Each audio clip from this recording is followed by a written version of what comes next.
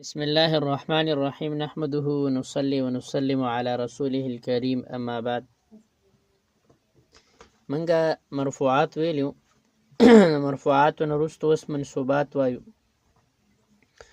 منصوبات بار دي: مفعول مطلق، مفعول به، مفعول فيه، مفعول له، مفعول معه، حال، تمیز، مستثنى، حروف مشبه بالفعل، اسم، افعال ناقصه، خبر، دلائل فی جنس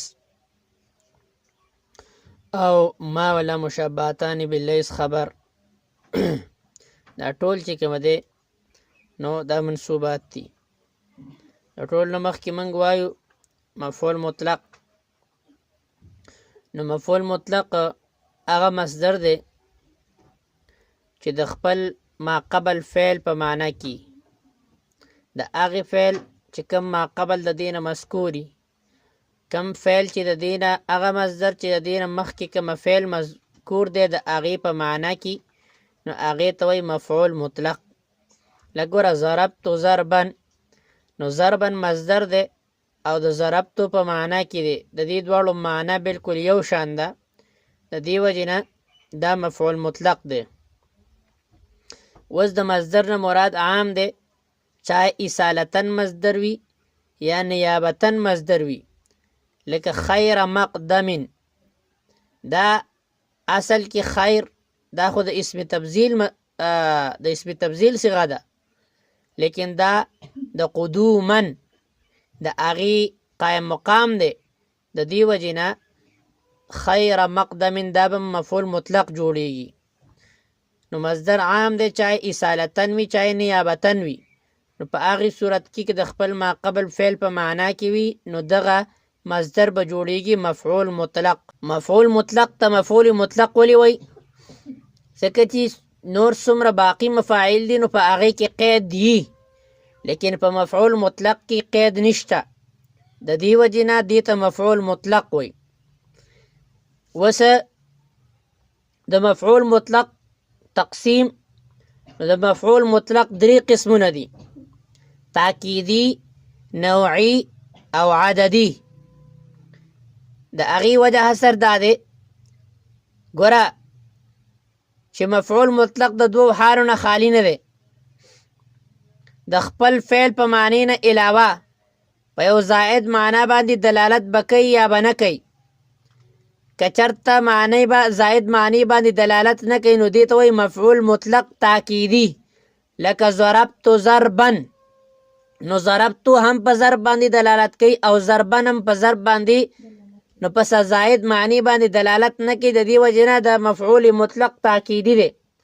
که چېرته پس زائد معنی باندې دلالت کوي نو بیا د دوو حالاتو نه خالی نه دی. په دې کې د څه شکل و صورت بیان به وي یا به نه وي.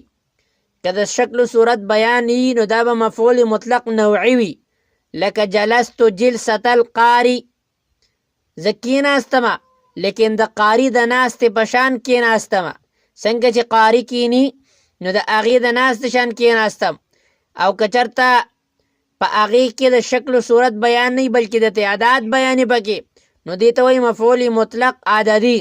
لکه جلستو جلستن یا جلستین یا جلساتن، زه کېناستم یو پیر کېناسته یا دوه پیره ناسته یا ډیره پیره ناسته. نو په جلستن، جلستین او جلساتن کې د عدد بیان دی، او چون کې جلستن یا جلستین د جلستو په معنا کې دی، د دې وجې نه دا مفعول مطلق عددي دی. اوس د فایدې لپاره دا خبره ذهن کې کېږي چې ګوره دوه قسمه وزنونه دي، یو فعلتون یو فعلتون. فعلتون اصل کې دا وزن راځي د نوع لپاره، او فعلتون دا وزن راځي د عدد لپاره. نو ګوره جلستو جلستن بر وزن فعلتون، یا جلستو جلسة القاری جلستون بر وزن فعلتون. نو لہذا جلستون معنا دا دا د قاری د کیناستو شان کیناستم، نو نوعه پکې بیان ده. لیکن که چرسی جلستو جلستن فعلتون په وزن باندې نو دا به د عدد دپاره راځي. الفعلتو للنوع الفعلة للنوع والفعلة للعدد. دا چې کوم دی دا قاعده هم د ځان سره چې کوم دی نو ضبطه کوي. بیا د مفعول مطلق چې کله دا د تاکید دپاره دی نو تاکید په دوه قسمه دی، یو ته وایي تاکید لفظي او یو ته وایي تاکید معنوي. سوال دا واقع کېږي چې دا مفعول مطلق خو نه تاکید لفظي دی او نه تاکید معنوي دی. ولې چې تاکید لفظي کې خو لفظ اول بعینه دوباره ذکر کېږي لکه زیدون زیدون، او د تاکید معنوي دپاره خپل الفاظ دي، او دا مفعول مطلق نه تاکید لفظي دی او نه تاکید معنوي دی. نو دې د تاکیدي څنګه وایي؟ نو جواب دا دی چې ګوره د تاکید اصطلاحي معنی دلته مراد نه ده بلکې لغوي معنی مراد ده. مطلب دا دی چې د فعل په مدلولاتو نه د یو تاکید دپاره راځي، د فعل د مدلولاتو نه د یو د تاکید دپاره راځي.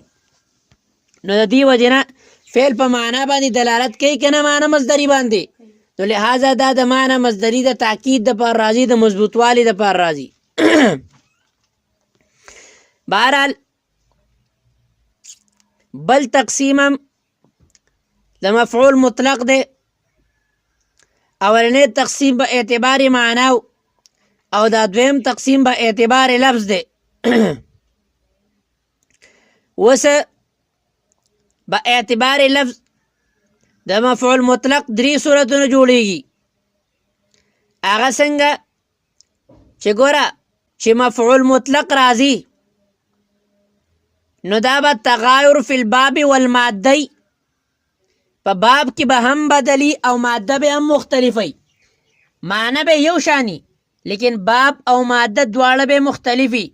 لکه و اوجس فی نفسه خیفه، نو خیفتن دا مفعول مطلق دی لیکن خیفه دا مجرد دی او اوجس مزید دی، او د خیفه دا چې کومه دی ماده جدا ده او د اوجسه جدا ده. نو د باب هم مختلف دی او ماده هم مختلفه ده. یو صورت شو. دویم صورت دا دی چې په باب کې مختلفی لیکن ماده یو شانی، لکه تبتل الیه تبتیلا، تبتل الیه تبتیلا. نو ګوره اوس په باب کې مختلف دي لیکن ماده یو شان ده، ده که نه ده؟ ده. او نمبر 3 په ماده کې مختلفی، لکه جلست قعود، جلست قعودا، جلستو دا د جلسه یجلسونه دی، او قعده یقعدو ماده مختلف ده که نه ده؟ مختلف ده. نو دا درې صورتونه جوړیږي د مفعول مطلق.